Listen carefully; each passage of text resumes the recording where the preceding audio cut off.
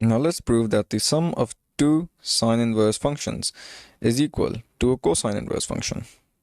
So we have to prove that sine inverse of 15 by 13 plus sine inverse of 7 by 25 is equal to cosine inverse of 253 by 325. So how do we do it?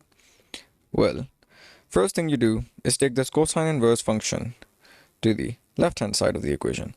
So cosine of sine inverse 15 by 13 plus sine inverse 7 by 25 is equal to this number, 253 by 325.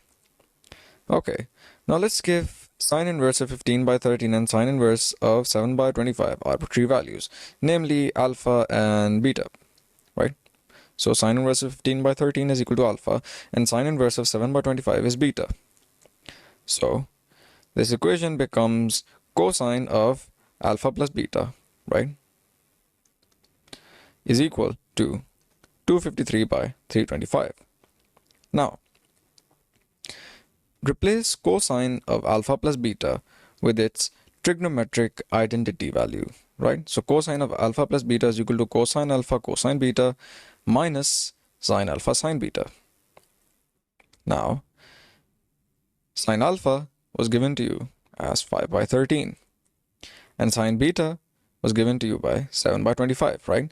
Because as we said, alpha was equal to sine inverse of 5 by 13, and beta was equal to sine inverse of 7 by 25. So once you take the inverse functions to the other side of the equation, you get these. Now, cosine alpha is equal to under root of 1 minus sine square alpha by the trigonometric identity again. And when you apply the same trigonometric identity on beta, you get this. So cosine alpha is equal to 1 minus the square of sine alpha. Sine alpha is 5 by 13, so 1 minus the square of 5 by 13, which is this.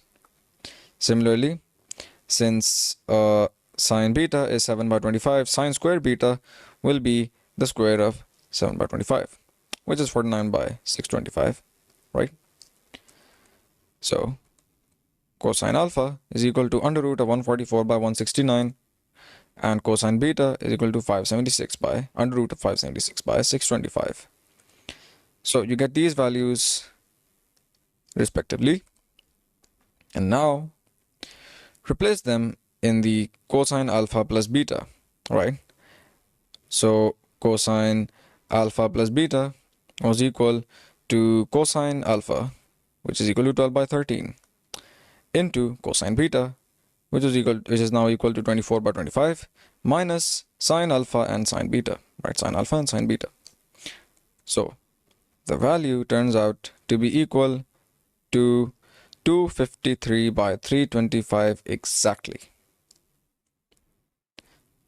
And alpha plus beta, when you take the cosine to the right hand side of the equation, gives you equal to alpha plus beta is equal to cosine inverse of 253 by 325.